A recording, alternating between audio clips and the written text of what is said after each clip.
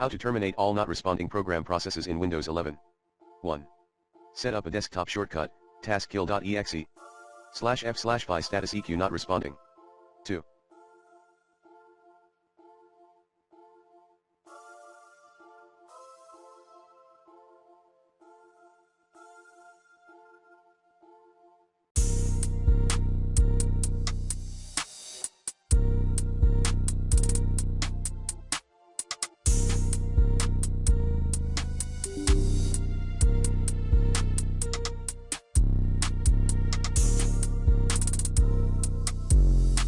Set up a hotkey.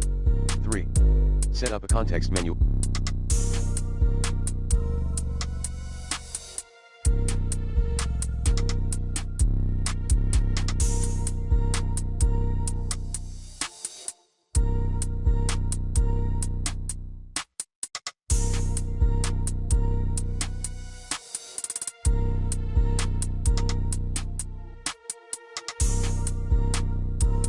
Option via Winaro Tweaker.